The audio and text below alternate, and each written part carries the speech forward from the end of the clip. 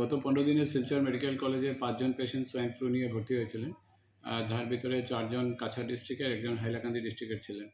এর ভিতরে 3 জন পেশেন্টের বর্তমানে চিকিৎসা চলছে। একজন পেশেন্ট সুস্থ হয়ে ঘরে চলে গেছেন। আরেকজন পেশেন্ট হাইলাকান্দি ডিস্ট্রিক্টের ছিল। ওনার ফ্যামিলি পেশেন্টকে নিজের থেকে এগেনস্ট মেডিকেল অ্যাডভাইস নিয়ে চলে গেছে। তো ওটা একটা বাচ্চা মেয়ে ছিল, 1.5 বছর বয়সী, হাইলাকান্দি ডিস্ট্রিক্টের। ওর শ্বাসকষ্ট ছিল আর ইনফ্লুয়েঞ্জা লাইক কমপ্লেইন বা প্রেজেন্টেশন ছিল।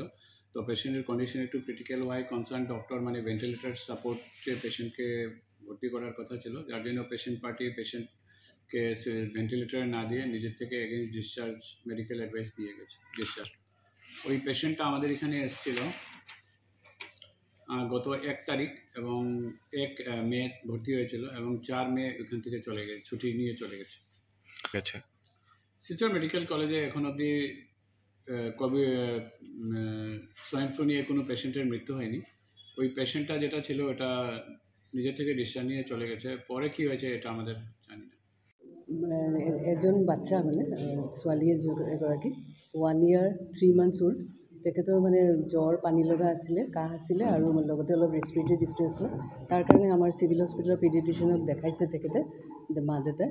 তাৰপিছত অলপ অসুবিধা হোৱাৰ কাৰণে মেডিকেলত ৰেফাৰ হৈছে SMCH।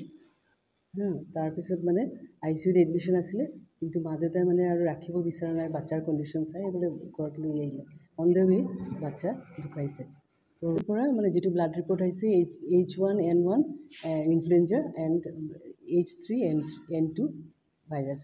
এইটো তেনেকুৱা কোনো কণ্টেক্ট হিষ্ট্ৰী নাই যে কোনো পিগাৰী বা কিবা এনিমেল চ'ৰ্চ। কিন্তু আমি এটা মিটিং হ'ব কালি আমাৰ ভেটেনেৰী ডিপাৰ্টমেণ্ট আৰু এলাইড ডিপাৰ্টমেণ্টবিলাকৰ লগত।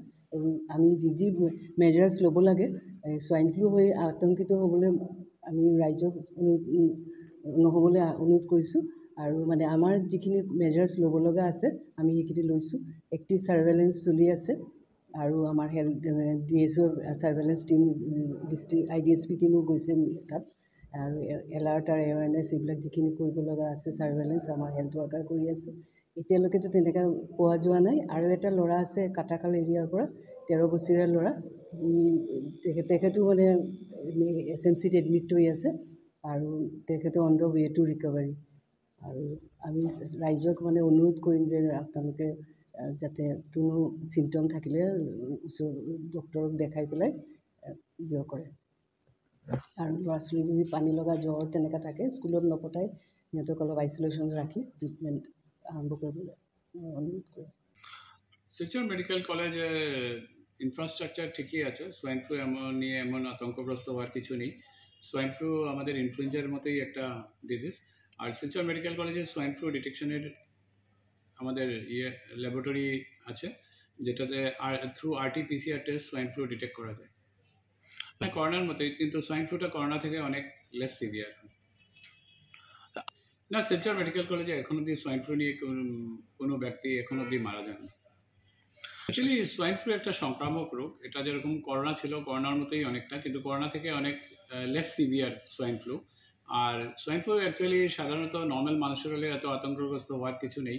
এটা জ্বর, সর্দি, কাশি, বুকে ব্যথা বা অনেক সময় শ্বাসকষ্ট নিয়ে থাকে, আর এটার ট্রিটমেন্ট করলে সম্পূর্ণ ভালো হয়ে যায়। ওর যাদের কোমরবিডিটিস আছে, করোনার সময় যেরকম আমরা বলতাম যে যাদের কোমরবিডিটিস, যেরকম যাদের শ্বাসকষ্টের প্রবলেম বা লাংসের কোনো ডিজিজ আছে আগে থেকেই, বা অনেক এলডারলি পেশেন্ট বা পেশেন্ট অন কেমোথেরাপি বা পেশেন্টের ক্যান্সারের চিকিৎসা চলছে, ওইগুলো পেশেন্টের জন্য সোয়াইন ফ্লু একটু মারাত্মক, এবং প্রপার ট্রিটমেন্ট হলে অ্যান্ড টাইমলি ইন্টারভেনশন করলে ওরাও ভালো হয়ে যাচ্ছে। সোয়াইন ফ্লু দেখুন, সোয়াইন ফ্লু হলো গিয়ে ইনফ্লুয়েঞ্জা। তো ইনফ্লুয়েঞ্জা হলে যেরকম আমরা সাধারণ প্রিকশনারি মেজার্সগুলো নিয়ে থাকি, যেরকম একটা সোশিয়াল মাস্ক ইউজ করা বা একটা সোশ্যাল ডিস্টেন্সিং মেনটেন করা বা ফ্রিকুয়েন্ট হ্যান্ড ওয়াশিং, এগুলো যেরকম করোনার সময় আমরা বলতাম, সেম জিনিসই। এগুলো নিলেই সোয়াইন ফ্লু থেকে মুক্তি পাওয়া সম্ভব।